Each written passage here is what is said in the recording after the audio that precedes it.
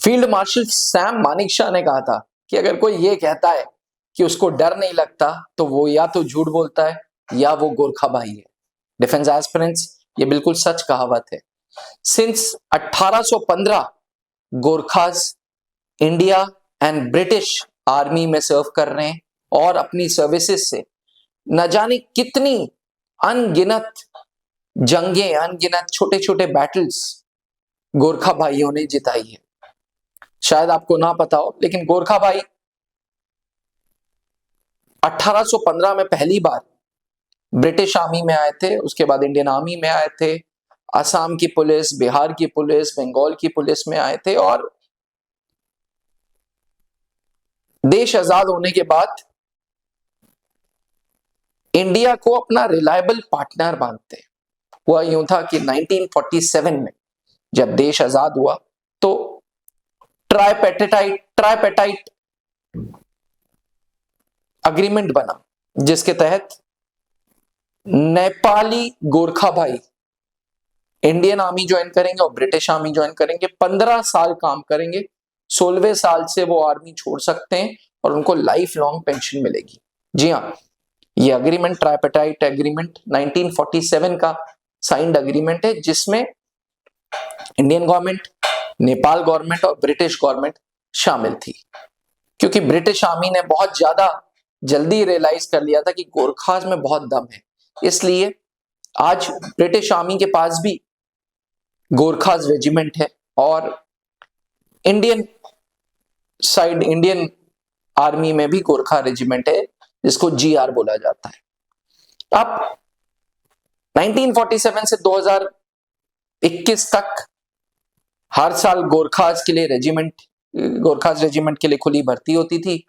Indian government में वो लोग काम करते थे, लेकिन 2022 में आई अग्निपथ स्कीम, जहां इंडियन आर्मी ने ये अग्रीमेंट या एक स्कीम लॉन्च की कि भाई अब हम आर्मी से जवान सिस्टम हटा के अग्निवीर सिस्टम इंट्रोड्यूस कर रहे हैं।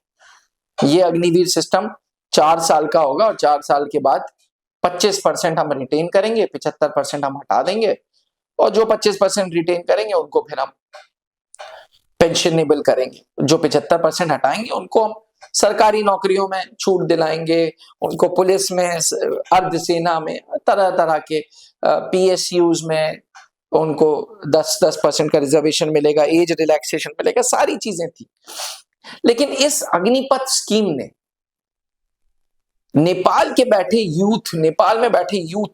में बैठे गोरखास को थोड़ा आक्रोश कर दिया और 2022, 2023, 2024 और 2025 4 साल से लगातार गोरखास का रिक्रूटमेंट इंडियन आर्मी के द्वारा नहीं हुआ, क्योंकि नेपाल की गवर्नमेंट ने यह बोला कि भैया जब 1947 में अग्रीमेंट हुआ था तब नेपाल को कंसिडर किया गया था, नेपाल के साथ अग्रीमेंट साइन कराया था, तो जब अग्निपथ स्कीम लॉन्च की तो तब नेपाल से क्यों नहीं कंसिडर किया गया।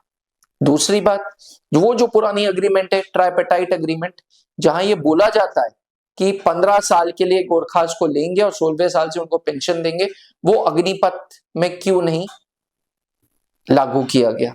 इसकी वजह से 2022, 2023, 2024, 2025 से एक भी अग्निवीर में गोरखास ने पार्टिसिपेट नहीं किया है। कोई गोरखा ने अग्निवीर रैली नहीं देखी, कोई गोरखा ने अग्निवीर स्कीम के लिए, अग्निपथ स्कीम के लिए, अग्निवीर बनने के लिए हामी नहीं भरी। दो, नेपाल गवर्नमेंट का खुद का लॉस है। अभी हाल ही में जो यूथ ने सड़कों पे प्रदर्शन किया था, गवर्नमेंट उलट पुलट कर दी, पूरे नेपाल को जला दिया था, पार्लियामेंट जला दिया, सुप्रीम कोर्ट जला दिया, वो इसीलिए जलाया था कि अनएम्प्लॉयमेंट है। अनएम्प्लॉयमेंट इतनी पीक पे, पर इसके बावजूद गोरखास ने इंडियन आर्मी की अग्निपथ स्कीम को साफ मना कर दिया है। डिफेंस एस्पिरेंट्स, थोड़ा सा ये एक अलार्मिंग सिचुएशन है। अलार्मिंग सिचुएशन इसलिए क्योंकि जो गोरखा कर सकता है वो आम आदमी के लिए थोड़ा मुश्किल है। मैं ये नहीं कहता कि नामुमकिन है, बट गोरखास अपने आप में डेडली है, बहुत डेडली है। जो खुरकी से वो कर सकते हैं वो बड़े बड़े सोल्जर्स वेपन के साथ नहीं कर पाते।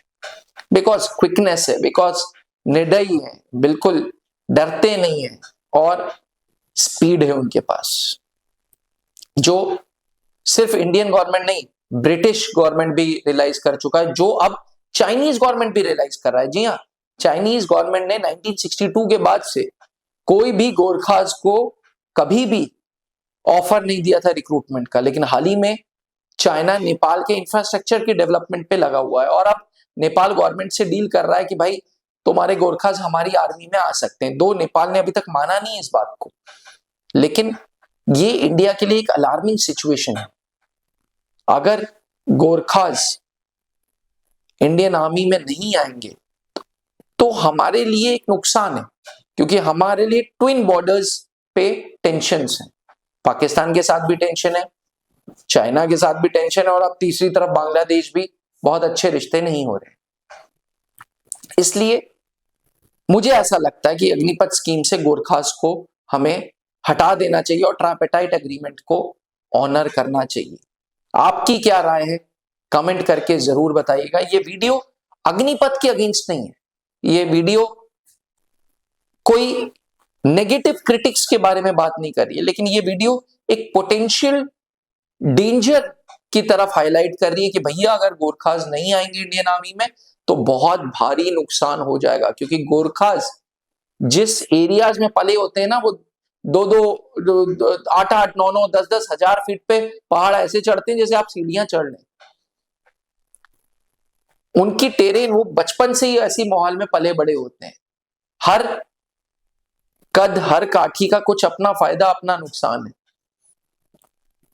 गोरखास का बहुत बड़ा फायदा है जो इंडियन आर्मी यूज कर सकता है और अभी तक यूज करता आ रहा था। इट इज ओनली सिंस 2022 जब से गोरखा भाई ने इंडियन आर्मी को चूज करना बंद कर दिया है। क्या ये डिसीजन जिससे गोरखा भाई नहीं आ रहा है, ये हमारे लिए हानिकारक है, हाँ या ना? कमेंट करके जरूर बताइएगा। अगर आप त्रिशूल डिफेंस एकेडमी को पहली बार सुन रहे हैं तो आपसे आग्रह है कि त्रिशूल डिफेंस एकेडमी चैनल को सब्सक्राइब जरूर करें। जय हिंद। आपने क्लास 10th के बोर्ड एग्जामिनेशंस दे दिए हैं और आप सेना में अफसर बनना चाहते हैं तो क्लास 11 से ही जुड़े त्रिशूल डिफेंस एकेडमी के एनडीए फाउंडेशन बैच से, जहां आपको यूपीएससी क्वालिफाइड एजुकेटर्स मिलेंगे, एक्स आर्मी वेटरन्स मिलेंगे जो आपका सपना नेशनल डिफेंस एकेडमी का पूरा करेंगे। आज ही संपर्क करें।